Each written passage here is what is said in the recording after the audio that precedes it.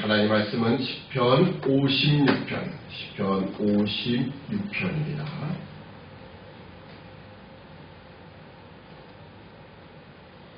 시편 56편 같이 읽도록 하겠습니다. 하나님이 나를 긍휼히 여기소서. 사람이 나를 삼키려고 종일 치며 압제하나이다. 나의 원수가 종일 나를 삼키려 하며 나를 교만히 치는 자 많사오니 내가 두려워 하는 날에는 주를 의지하리이다. 내가 하나님을 의지하고 그 말씀을 찬송하올지라. 내가 하나님을 의지하였은즉 두려워 아니하리니 혈육이 있는 사람이 내게 어찌하리이까. 저희가 종일 내 말을 곡해하며 내게 대한 저의 모든 사상은 사악이라. 저희가 내 생명을 엿보던 것과 같이 또 모여 숨어 내 종족을 살피나이다. 저희가 죄악을 짓고야 피하오리이까. 하나님이여 분노하사 뭇 백성을 낮추소서. 나의 유리함을 주께서 계수하셨으니 나의 눈물을 주의 병에 담으소서. 이것이 주의 책에 기록되지 아니하였나이까. 내가 아뢰는 날에 내 원수가 물러가리니 하나님이 나를 도우심인 줄 아나이다. 내가 하나님을 의지하여 그 말씀을 찬송하며 여호와를 의지하여 그 말씀을 찬송하리라. 내가 하나님을 의지하였은즉 두려워 아니하리니 사람이 내게 어찌하리이까. 하나님이여 내가 주께 소원함이 있사온즉 내가 감사제를 주께 드리리니 주께서 내 생명을 사망에서 건지셨습니다. 주께서 나로 하나님 앞 생명의 빛에 다니게 하시려고 실족지 않게 하지 아니하셨나이까. 아멘. 시편 56편 표저에 다윗의 믹담시 이렇게 기록이 되어 있습니다. 물론 이제 여기 56, 57, 58, 59 계속해서 다윗의 믹담시라 이렇게 기록이 되어 있습니다. 믹담이라는 이 말은 어떤 의미가 있냐면 작품 중에 이게 황금이다 뭐 이런 의미를 가지고 있습니다. 다윗의 시 가운데 황금시다 이렇게 이해하면 됩니다. 여러분 56편 여러분 머릿속에 기억이 남는 것 있습니까? 없지요. 우리는 어떤 시편을 잘합니까? 시편 가운데 1편 그리고 23편 아주 유명한 시편이죠. 또 다윗의 시 가운데 우리가 아는 것은 시편 51편 회개 참회의 시 가운데 한 편을 알고 있고요. 그리고 아마 여러분들이 다윗의 시 가운데 기억하고 있는 시편은 아마 거의 없으리라 생각을 합니다. 죄가 없으니까 없다고 생각하는 겁니다. 아마 또 기억하시는 분도 있을런지 모르겠지만 믹담이라는 이 말의 의미를 따져본다면 참 재미난 이야기죠. 왜냐하면 다윗이 지었던 시 가운데 그 작품 가운데 아주 최고의 황금시다라고 하는 그런 표제어를 갖고 있다면 우리가 상당히 좀 많이 기억해야 될 그런 내용인데 물론 그 중에 나오는 한 구절 정도는 우리가 좀 기억할 수 있죠. 나의 눈물을 주의 병에 담으소서. 이 정도는 우리가 좀 들어봤고 기억할 수 있으리라 생각을 합니다. 그래서 오늘 말씀의 제목도 나의 눈물을 주의 병에 담으소서입니다. 자, 그런 것 외에는 이 시 전체에 대해서 우리가 기억하는 바는 없어요. 23편은 외우고 10편 1편은 외워도 또 우리가 지난번에 51편을 다윗의 시로 외웠지 않습니까? 그래도 이 56편 정도는 우리가 잘 몰라요. 근데 왜 56, 57, 58 계속해서 믹담이라는 이런 표절을 붙였을까? 아마 그것이 상당히 중요한 의미가 있지 않겠는가 생각을 해보고요. 아직 완벽하다라고 보지는 않지만 제가 지금 1권과 2권 다윗의 시가 분명히 분리가 되어 있습니다. 물론 이제 3권에 가도 다윗의 시가 등장을 하지요. 근데 왜 2권에서 도대체 뭘 이야기하기 위해서 다윗의 시를 따로 분리해 놓았을까? 우리가 시의 문학적 형태를 본다면 1권에도 다윗의 탄식시가 있었고요. 여기도 탄식시가 있는데 도대체 뭐가 다르기 때문에 왜 이렇게 1권, 2권 따로 편집을 해놨을까? 그렇다고 순서상으로 맞는 것도 아니고 시간적으로 역사 순서대로 기록한 것도 아니고 왜 이렇게 편집을 했을까라는 그런 의문을 가지고 있었고요. 그래서 오늘 아침에 이 부분을 좀 생각해 보다가 이런 생각이 문득 들었습니다. 우리가 일본 전체의 주제는요, 왕이었습니다. 왕과 율법. 그러니까 일본에서 보여주는 이 다윗의 시이지만 다윗을 통해서 무엇을 우리에게 보여주고자 하느냐 하면 그것은 왕인 거예요. 하나님의 통치의 대리자로서의 왕. 그리고 앞으로 오실 진정한 왕이신 예수 그리스도. 그분을 예표하는 차원에서 또 그분의 생애를 보여주기 위해서 앞쪽에는 인간 왕인 다윗을 그리고 있다라고 보여집니다. 그거 제가 말씀을 드렸고요. 도대체 이거는 뭐냐라고 했을 때, 물론 시간적 순서를 본다면 마지막 72편이 솔로몬의 시로 끝나기 때문에, 보통 이제 그 정정 비평학에 속한 해석을 하는 분들도 이 부분을 놓고 왕정시대를 가리킨다라고 이렇게 표현합니다. 왜냐하면 삼권이 이제 포로 시대의 시들이 등장하기 때문에 그렇습니다.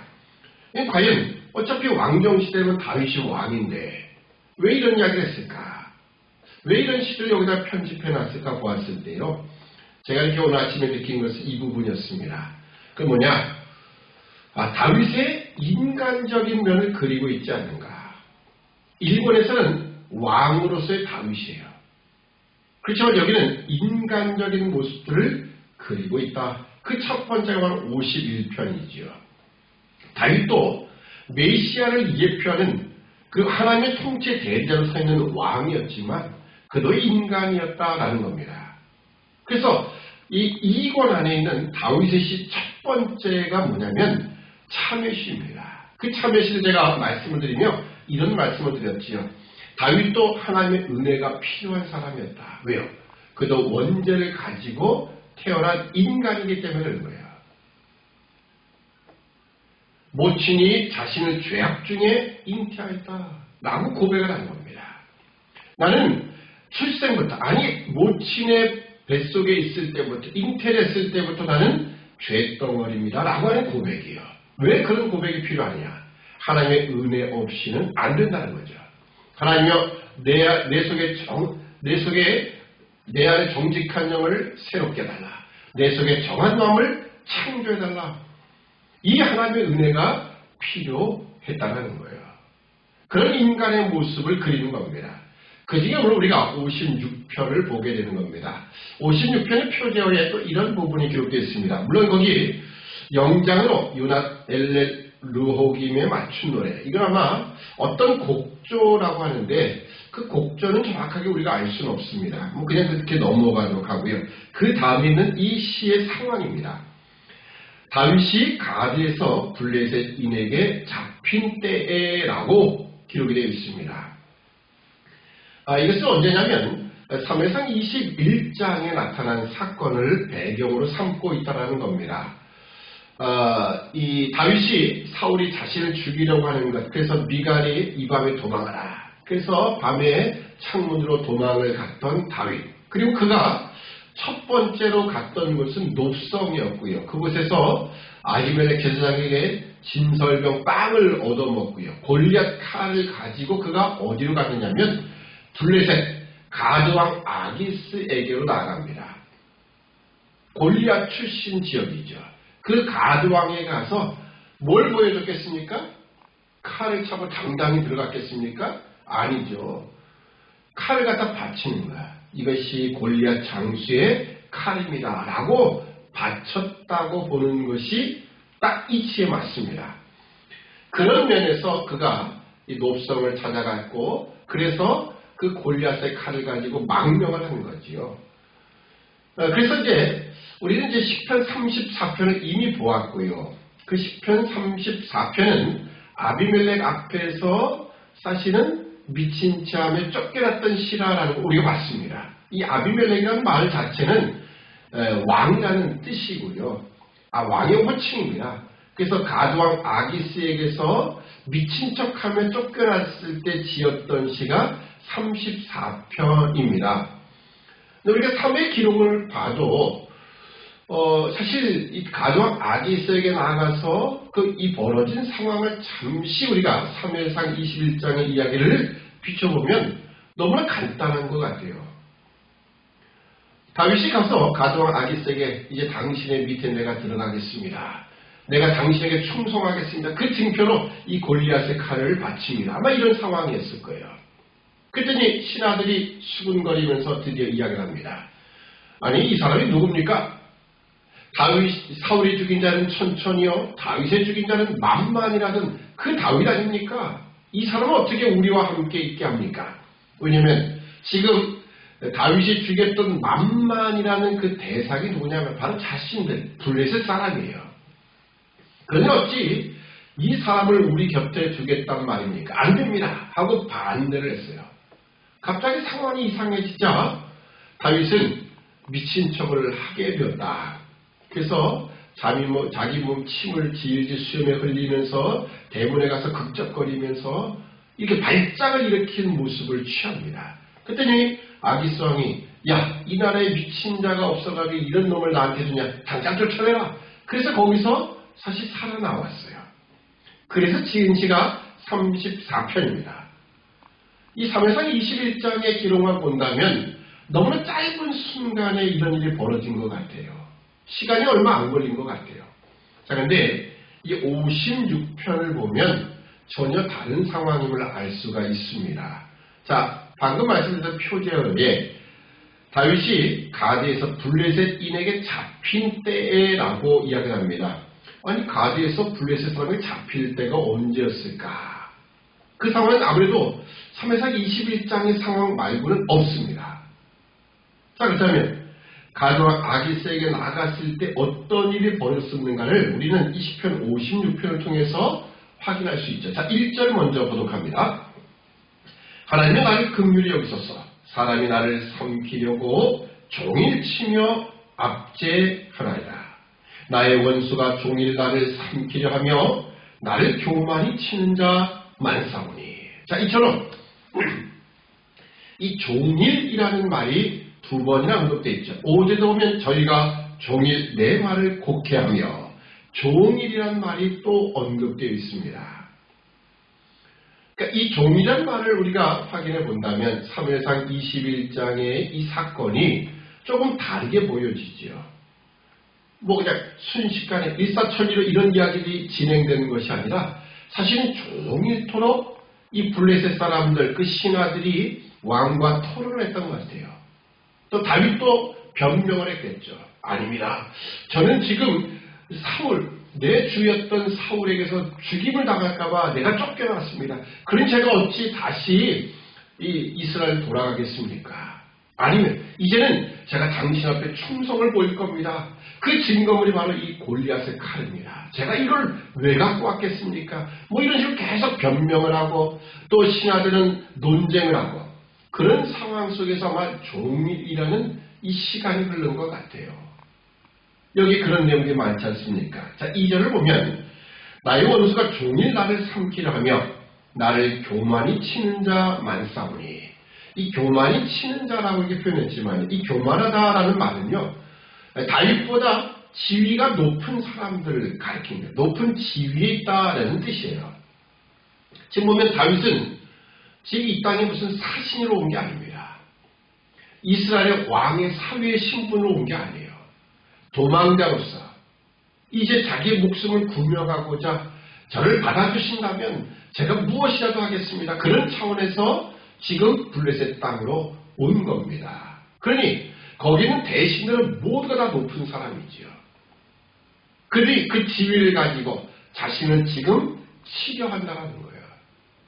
아니 저 이스라엘 땅에서 온 우리의 원수인 저 사람을 우리가 왜 받아줍니까?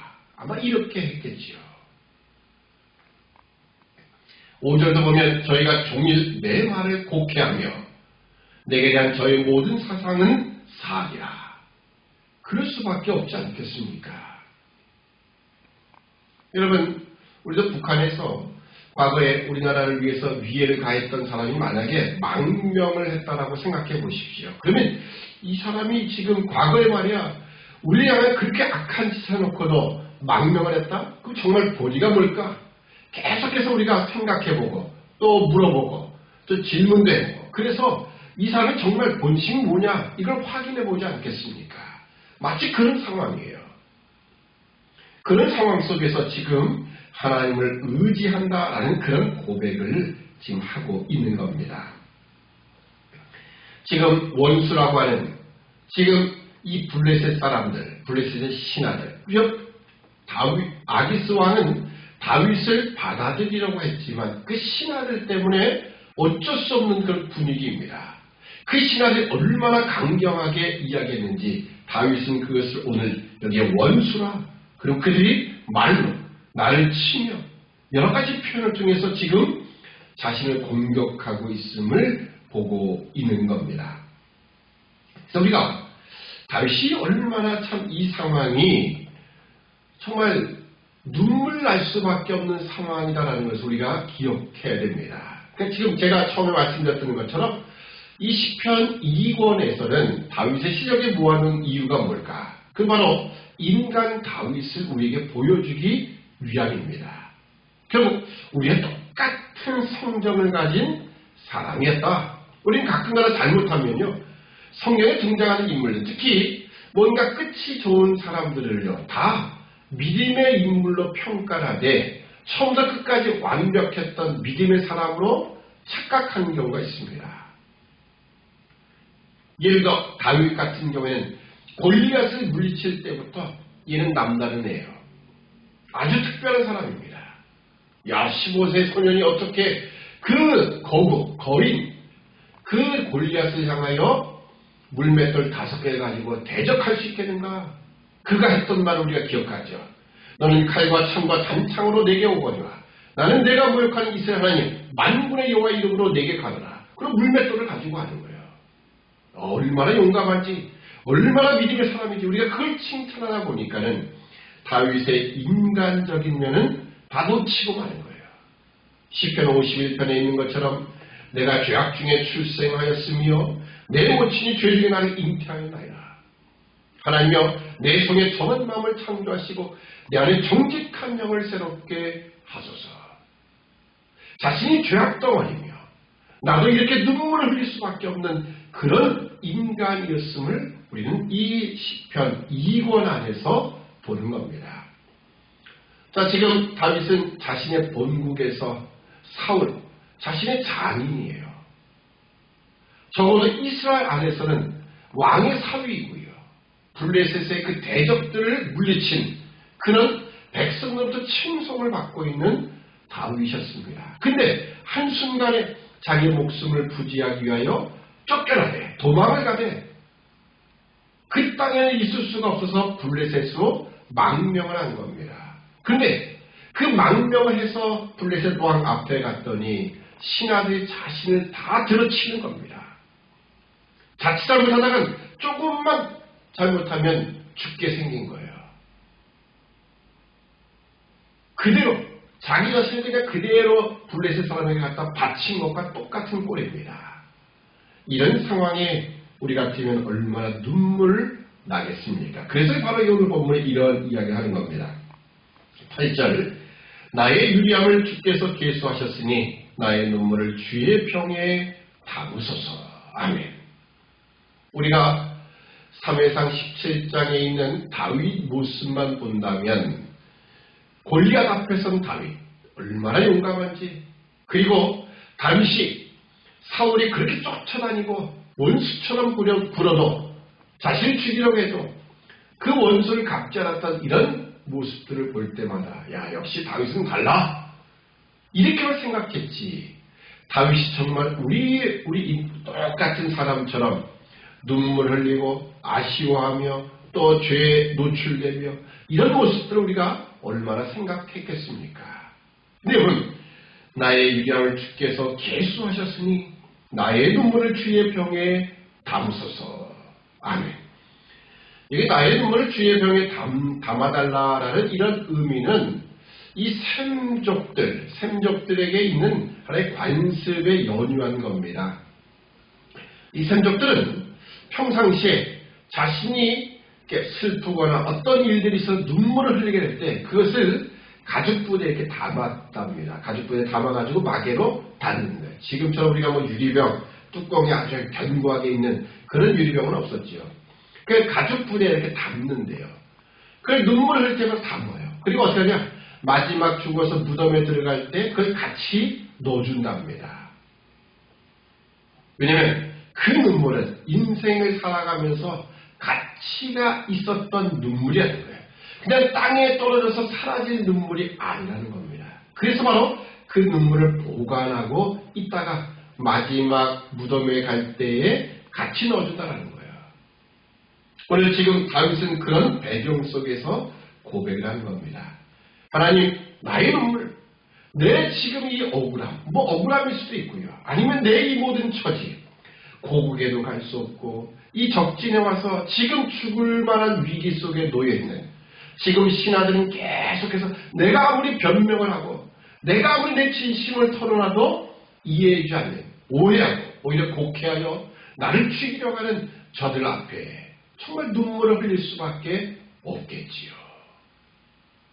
때로는 우리 사람이 진심을 표현할 때요 눈물을 흘리기도 합니다. 아마 다윗이 이 블레셋 사람 이 아기스 왕과 그 신하들 앞에서 정말 내 진심을 다 봐달라고 하고 정말 눈물을 흘렸을지도 몰라요. 그렇지만 다윗은 뭐라고 고백하느냐? 이것을 주의 병에 담아달라라고 고백을 합니다. 이것이 주의 책에 기록되지 아니하였나이까.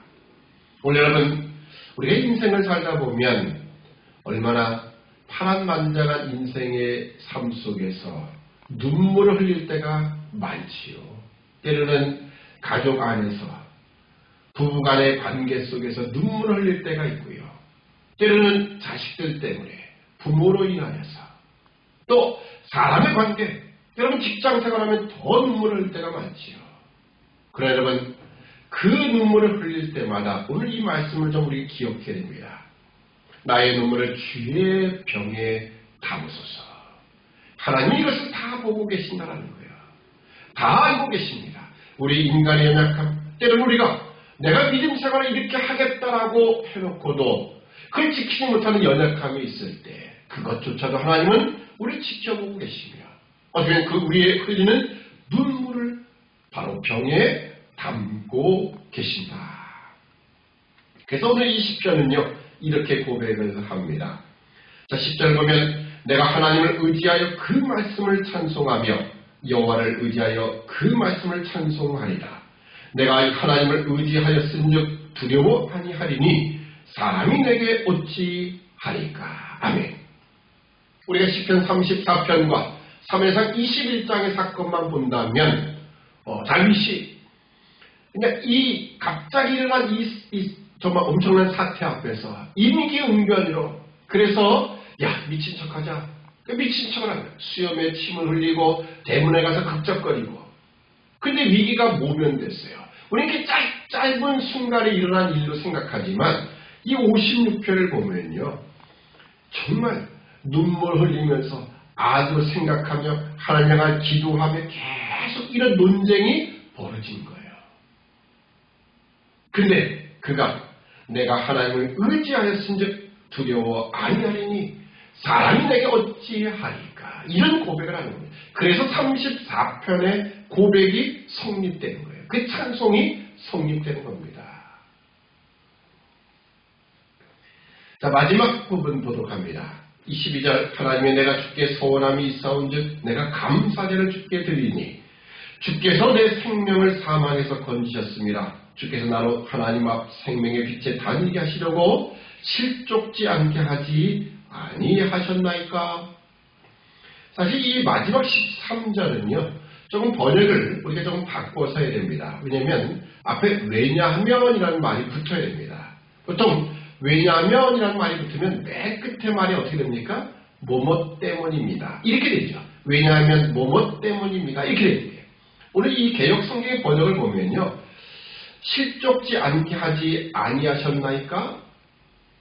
마치고 의문문처럼 이렇게 기록을 해버렸어요.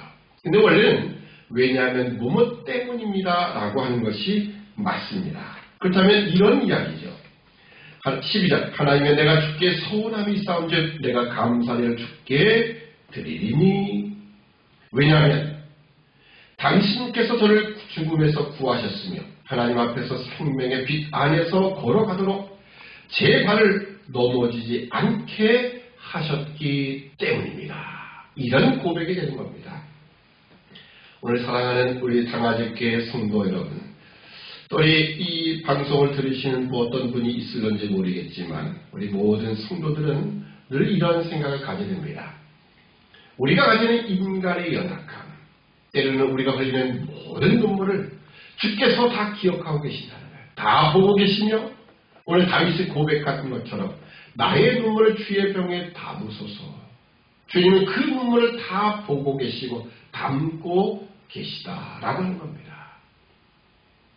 우리가 믿음의 길이라면 처음부터 끝까지 한 치의 오차도 없고 한 치의 떨어짐도 없이 쭉 올라가는 것 그렇지 않아요. 믿음의 길은 때로는 올라가는 것 같다가도 내려가는 게 있고요. 또 그냥 평지를 그냥 쭉 달릴 때도 있습니다. 오락내락하면 결국은 궁극적으로 보니까는 마침내 하나님 요구하시는 그 자리에 올라가 있다는 거지요. 그 과정 속에 얼마나 눈물이 많겠습니까?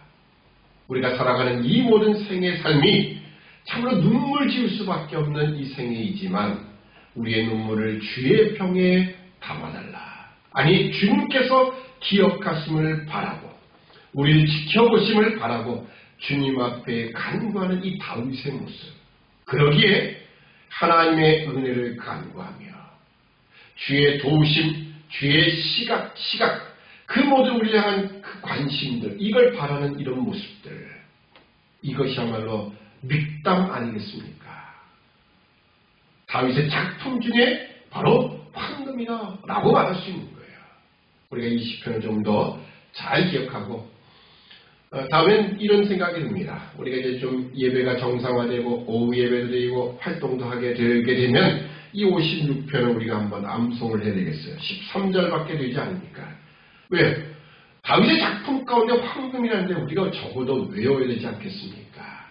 그래서 우리가 이 시편을 잘 기억하며 오늘도 살아가는 인생 가운데 눈물 질 일이 분명히 있겠지만 우리의 눈물을 바라보고 계시고 그 눈물을 주의 병에 담아주시는 주님이 계심을 기억하여 오늘도 다시 한번 힘과 소망을 갖는 주님을 더욱더 신뢰하는 우리 모든 인생이 되기를 주의 이름으로 축원합니다. 기도하겠습니다.